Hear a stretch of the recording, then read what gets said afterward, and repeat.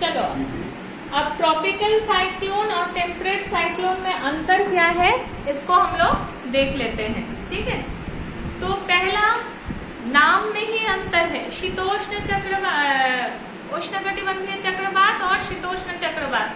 तो एरिया क्या है, उष्णकटिबंधीय चक्रवात का एरिया है 15 से 30 डिग्री आपकी किताब में दिया है, लेकिन हम लोग पहले ही पढ़ चुके हैं कि यह 5 से 15 डिग्री अक्षांशों में अधिक सक्रिय रहता है।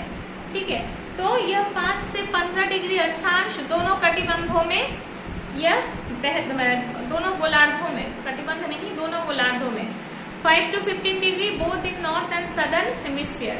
और टेम्परेट साइक्लोन क्या है 35 से 65 डिग्री उत्तरी और दक्षिणी गोलार्ध में। ट्रॉपिकल साइक्लोन यानी उष्णकटिबंधीय चक्रवात की बहने की दिशा क्या है, पूर्व से पश्चिम।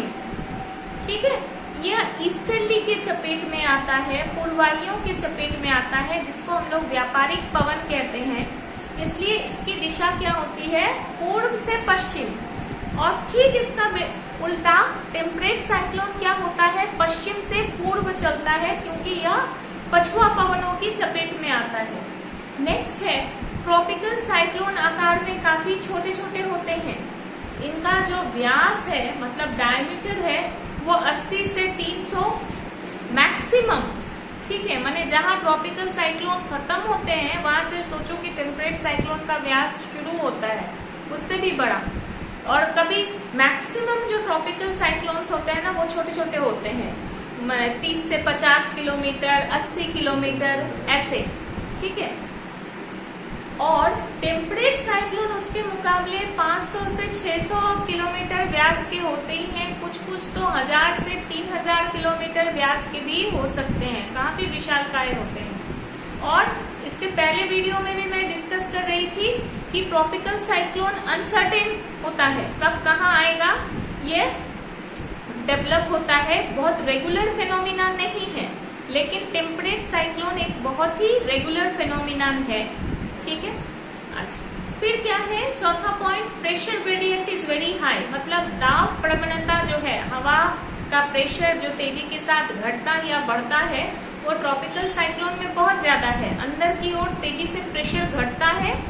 लेकिन टेम्परेट साइक्लोन में क्या है, अंदर की ओर जो प्रेशर घटता है, हम लोग जानते हैं साइक्लोन में बीच में लो प्रेशर होता है, लेकिन टेम्परेट साइक्लोन में ये जो प्रेशर उसमें भी घटता है, लेकिन धीरे धीरे। ठीक है, ढाल बहुत तेज नहीं होता है, धीरे धीरे घटता है।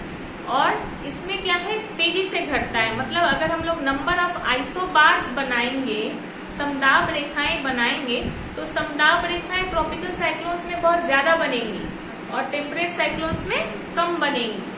अच्छा, और इसमें कन्वेक्शनल करंट होता है जनरली अच्छा, और एक चीज मैं स्पीड मिस कर गई, चूंकि तेजी से प्रेशर घटता है अंदर की ओर, इसलिए हवाएं भी तेजी से अंदर की ओर भागती है, तो स्पीड क्या होता है, बहुत अधिक होता है। ठीक है, 100 से 200 किलोमीटर पर आवर। आप लोग यश, फनी, आम्फान सब गवाह है, हम लोग हाल फिलहाल में देख चुके हैं कि कितना ज्यादा तबाही ट्रॉपिकल साइक्लोन्स मचाते हैं। ठीक है, लेकिन टेम्परेट साइक्लोन्स में चूंकि आइसोबार्स बहुत कम है, दाब प्रवणता कम है, इसलिए हवा का स्पीड भी काफी कम होता है। बहुत तूफान आंधी वाली बात नहीं होती है, हवा चलती है मंद मंद, बहुत स्पीड में नहीं, 30 से 40 किलोमीटर मैक्सिमम उसकी रफ्तार होती है। अच्छा, पांचवा क्या है, कन्वेक्शनल करंट होता है, यानी कि संवाहनिक कारणों से अधिकतर वर्षा होती है ट्रॉपिकल साइक्लोन्स में। और टेम्परेट साइक्लोन में क्या होता है, डिफरेंट एयर मासेस के चलते अलग अलग भिन्न भिन्न वायु राशि के कारण इसकी उत्पन्न यह होता है। अच्छा, ट्रेड विंड और वेस्टर्ली हम लोग पहले ही डिस्कस कर चुके हैं। 7th है समर, यह गर्मियों के मौसम में ट्रॉपिकल साइक्लोन होता है अप्रैल से नवंबर में। ठीक है, और टेम्परेट साइक्लोन विंटर्स में होता है। फिर क्या होता है, ट्रॉपिकल साइक्लोन में वेरी हाई रेनफॉल होता है, अत्यधिक वर्षा होती है। और टेम्परेट साइक्लोन में क्या होती है, मीडियम बारिश होती है। बारिश होती है लगातार, काफी दिनों तक बारिश होती है, लेकिन मीडियम। ठीक है, ये नहीं कि एकदम आके एकदम आई, उस तरह की बारिश नहीं। अच्छा, फिर ट्रॉपिकल साइक्लोन्स में रेनफॉल कुछ घंटों के लिए होती है, लेकिन टेम्परेट साइक्लोन्स में रेनफॉल जो है कई कई दिनों तक होती है। ठीक है, रेनफॉल की मात्रा कम होती है लेकिन समय अवधि लंबा होता है।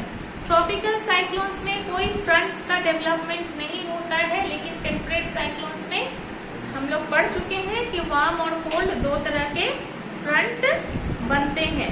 ठीक है, अच्छा, फिर ट्रॉपिकल साइक्लोन्स में हम लोग पढ़े हैं कि एक आई ऑफ द साइक्लोन होता है। साइक्लोन का एक चक्षु होता है, आई होता है, जिसके बीच में हवा बिल्कुल शांत रहती है, वहां पे कोई बारिश, आंधी, तूफान कुछ नहीं होता है। लेकिन टेम्परेट साइक्लोन में यह आई वाली बात है ही नहीं, यहाँ पे कुछ ऐसी इस तरह की बात नहीं है, और इसके केंद्र में भी वर्षा और पवन चलते रहता है। ठीक है, और एक चीज कि ट्रॉपिकल साइक्लोन यानी उष्णकटिबंधीय चक्रवात में क्या होता है, केंद्र से चारों ओर दूरी के साथ तापमान घटता है। समान तरह से तापमान घटता है केंद्र से चारों ओर दूरी के साथ। जैसे जैसे हम केंद्र से बाहर चले जाएंगे क्या होगा, तापमान धीरे धीरे घटता जाएगा। लेकिन टेम्परेट साइक्लोन में क्या है, चूंकि दोनों फ्रंट है, वार्म फ्रंट में तापमान ज्यादा रहेगा, कोल्ड फ्रंट में तापमान कम रहेगा।